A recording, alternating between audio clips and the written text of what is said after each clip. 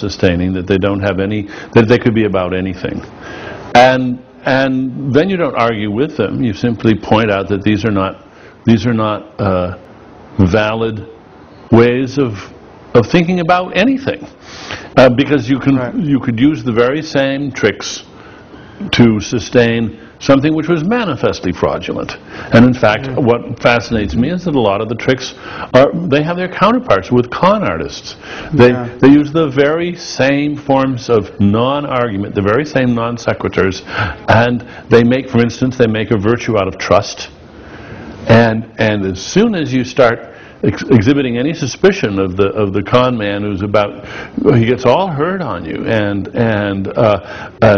plays the hurt feelings card, and reminds you how wonderful taking it on faith is, and how I mean, there aren't any new tricks. These tricks have evolved over. And one could add the production of bogus special effects as well, which is one of the things that completely convicts religion of being fraudulent.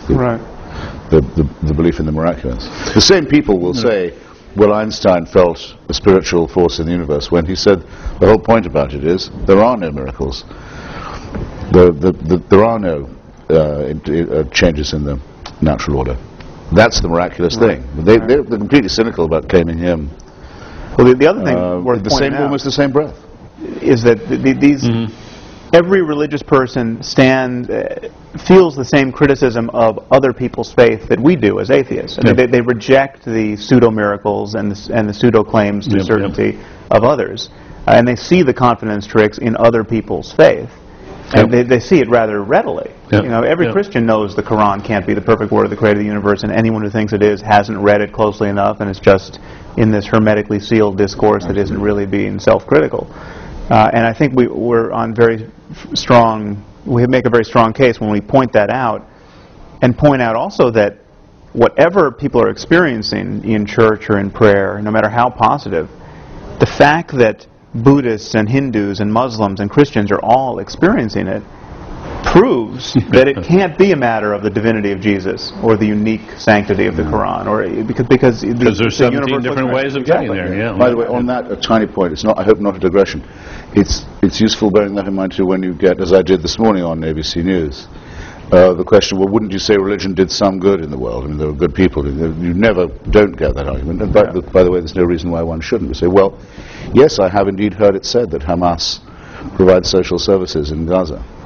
And I've even heard it said that Louis Farrakhan's group gets young black men in prison off drugs. I don't know if it's true. I'm willing to accept it might be. It doesn't alter the fact that the one is a militarized terrorist organization with a fanatical anti-Semitic ideology, and the second is a racist crackpot cult. And the other, I have no doubt that Scientology gets people off drugs too. But, my insistence always with these people is, if you will claim it for one, you must accept it for them all. And the other move you can make there, if you don't, it's flat out dishonest. You can invent an ideology which, by your mere invention in that moment, is obviously untrue, which would be quite useful if propagated to billions. I mean, you could say, this is my new religion. Teach people to demand that your children study science and math and economics and all of our terrestrial disciplines to the best of their abilities, and if they don't persist in those efforts, they'll be tortured after death by 17 demons. This would be extremely useful, and it would be far more useful than Islam, propagated to billions, and yet, what are the chances that the 17 demons exist? Zero. There's a slipperiness too, isn't there, about one way of speaking to sophisticated intellectuals and theologians, and another way of speaking to congregations, and above all children. And I think we've all of us been accused of going after the easy targets of the Jerry Falwells of this world and ignoring the sophisticated professors of theology. And I mean, I don't know what you feel about that, but one of the things I feel is that the sophisticated professors of theology will say one thing to each other and to intellectuals generally, but will say something totally different to a congregation. They'll talk about miracles, they'll talk about... Well, they won't talk to a congregation. Well, And the in archbishops fact, will. Yes, but when the Archbishops- sophisticated theologians try to talk to the preachers won't have any of it. Well, that's true. I mean, you got to realize that sophisticated theology is like stamp collecting. It's a very specialized thing, and only a few people do it. And a negligible influence. They take in their own laundry, and they get all excited about some very arcane details, and their own religions pay almost no attention to what they're saying. A little bit of it does, of course, filter in, but it always gets beefed up again for general consumption, because what they say in their writings, at least from my experience, is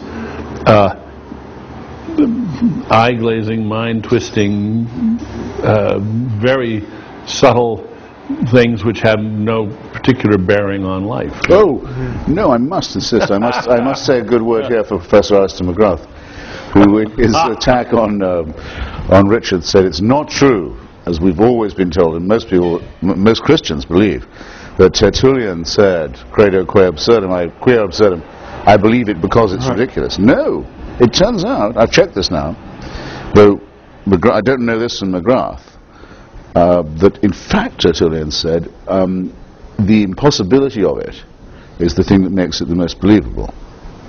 That's a well distinction, I think. And very useful for training one's mind. Very useful for training one's mind in the fine points. It's the likelihood, in other words, that it could have been made up, is diminished by the incredibility of it. Who would try and invent something that was that unbelievable? That actually is, I think, a debate perfectly well worth having. What I say to these people is this: you're sending your email or your letter to the wrong address. Everyone says, let's not judge religion by its fundamentalists. All right. Take the Church of England. Two of whose senior leaders recently said that the floods in North Yorkshire were the result of homosexual behaviour. Not in North Yorkshire, presumably, but probably in London, I think they're thinking. But God's aim is a little off. One of these, the Bishop of Carlisle, is apparently about to be the next Archbishop of Canterbury. Now, this is extraordinary. This is supposed to be the mild and reflective and thoughtful and rather, troubled church, making fanatical pronouncements. Well, I want to hear what Alistair McGrath is going to write to the Bishop of Carlisle, not to me. Is he going to say, my Lord Bishop, do you not realise what a complete idiot you're making of yourself and of our church? Did he do this? If he did it in private, I'm not impressed. He has to say it in public. The Bishop of Carlisle backtracked. I will judge the church by the statements of its bishops, and I think I'm allowed to. But the other thing is that, never mind about the academic theologians, bishops and vicars, who will attack us for taking scriptures, or for accusing people of taking scriptures literally. And of course we don't believe the book of Genesis literally. And yet they do preach about what Adam and Eve did, as though they did exist, as though they're somehow, it's a sort of license to talk about things which they know and anybody of any sophistication knows is fiction, and yet they will treat their congregations, their sheep, as though they did exist, as though they were factual, and a huge number of those congregations actually think they did exist. Can you imagine any one of these preachers saying, as such a topic is introduced, this is a sort of theoretical fiction. It's not true, but it's a very fine metaphor. No, they're just They kind of, after the fact, imply that that's what they expect you to know. Yes, but they would never announce it. There's another point there, is that they never admit how they have come to stop taking it literally, because you have all these people criticizing us for our crass literalism. We're as fundamentalist as the fundamentalists, and yet these moderates don't admit how they have come to be moderate. What does moderation consist of? It consists of having lost faith in all of these propositions, or half of them, because of just the hammer blows of science and secular politics. Of the crass literalism of the critics. Religion has lost its mandate on 1,000 questions, and moderates tend to argue that this is somehow a triumph of faith, that faith is somehow self-enlightening, whereas it's been enlightened from the outside. It has been, we've had it has been intruded upon by On that point, that I was